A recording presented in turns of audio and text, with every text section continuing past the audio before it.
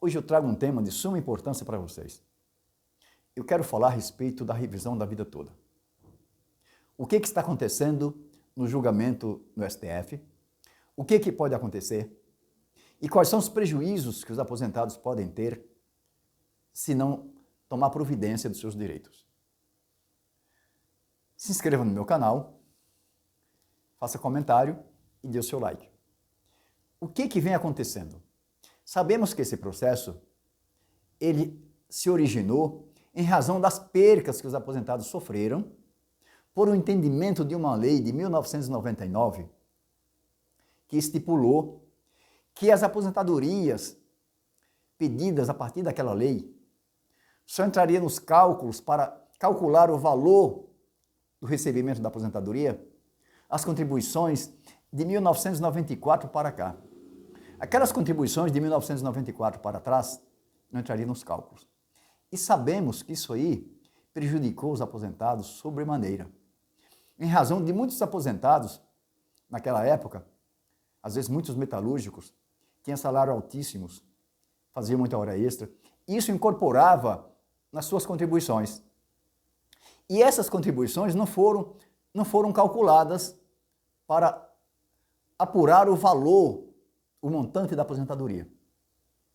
Muitos aposentados entraram com uma ação no juizado federal e depois, com o acúmulo de ações, essas ações foram para o STJ. O STJ, por sua vez, entendeu que os aposentados teriam direito de receber essa revisão da vida toda e que era inconstitucional aquele entendimento da lei que determinou aqueles cálculos só com as contribuições de 1994 para cá. Como o STJ entendeu que os aposentados teriam razão, esse foi recorrido para o STF. O STF, por sua vez, em julgamento virtual, por 6 votos a favor dos aposentados e 5 votos contra os aposentados, determinou que deveria pagar realmente essa diferença e que deveria fazer toda a correção. Por isso, nesse nome da revisão da vida toda. E foi votado dessa forma. Inclusive, um dos ministros que votou de forma virtual foi o ministro Marco Aurélio. E o ministro Marco Aurélio se aposentou. Pois bem, faltando em média de 29, 30 minutos do segundo tempo, já tudo ganho para os aposentados, de forma sórdida, por orientação do presidente atual, o ministro Nunes Marques pediu destaque do processo. O que isso significa? Pedir destaque do processo. Significa que aquele processo que foi julgado de forma virtual teria que ser julgado novamente de forma presencial. E o que eles queriam? Que como o ministro Marco Aurélio já tinha se aposentado, e no lugar dele entrou o ministro André Mendonça, que esse ministro André Mendonça votaria no lugar do ministro Marco Aurélio, e como o ministro André Mendonça foi indicado por esse presidente atual, provavelmente ele ia seguir o entendimento do presidente, que não quer de forma nenhuma essa revisão da vida toda. Inclusive falou que a Previdência Social vai quebrar, vai gastar mais de 300 milhões, porém isso tudo é falácia, porque foi determinado, já foi feito alguns cálculos pelos sindicatos e comprovaram que o valor é baixo, não é tão alto assim. Mas aí, ele pediu destaque. Com esse destaque, esse processo deve ser julgado novamente de forma presencial, ou seja, o próprio STF julgando aquilo que já foi julgado pelo STF. Veja que anomalia jurídica. Mas determinaram também agora, posterior, por meio do entendimento do ministro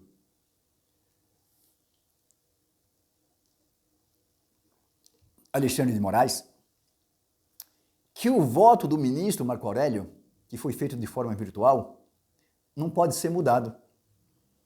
Ou seja, um ponto para o aposentado, porque não pode ser mudado. E se não pode ser mudado, o ministro André Mendonça não vai votar no lugar do ministro Marco Aurélio, que é o que eles queriam, tanto o presidente, como o INSS, como os ministros indicados pelo presidente. E alguns outros também que tinham votado a favor. Então ficou assim, o voto do ministro Marco Aurélio é válido, o ministro André Mendonça não pode votar no lugar do ministro Marco Aurélio, mas vai ter nova votação de forma presencial. Algum ministro pode ser que mude seu voto, não sabemos ainda o que pode acontecer. Eu sei que, de certa forma, esse processo está parado. Desde o início do ano e até agora, não se fala nesse processo. Qualquer conversa que tiver a respeito disso aí é apenas falácia, porque nada foi feito até agora, está parado. O ministro Marques pediu destaque e colocou os pés em cima do processo. Está parado. Não sabemos quando voltará a iniciar o julgamento. E se voltará a julgar, se vai ser julgado de forma presencial, se vai ter alguma mudança de voto. Mas da forma que está, os aposentados têm o seu direito garantido, a não ser que mude. Esse é o entendimento. São 6 votos a favor dos aposentados e 5 votos contra. E o ministro André Mendonça não pode votar. Vai ter outra ministra que vai também se aposentar. Veja como foi importante esse entendimento do STF de ficar valendo o voto daquele ministro que votou de forma virtual e se aposentou. Porque vai ter uma outra ministra que vai se aposentar e ela votou de forma virtual. E se quando ela aposentar ainda estiver sem esse novo julgamento de forma presencial, o voto dela também está valendo.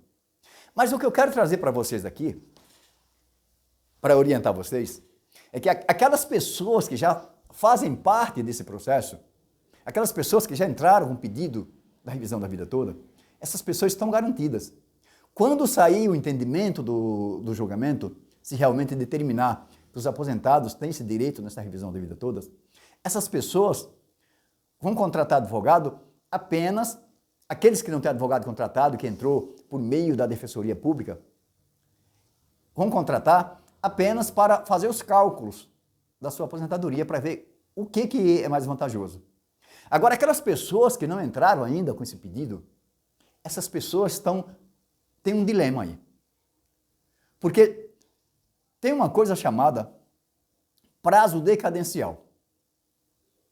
O prazo decadencial, ele fulmina o direito. O prazo decadencial é diferente do prazo prescricional.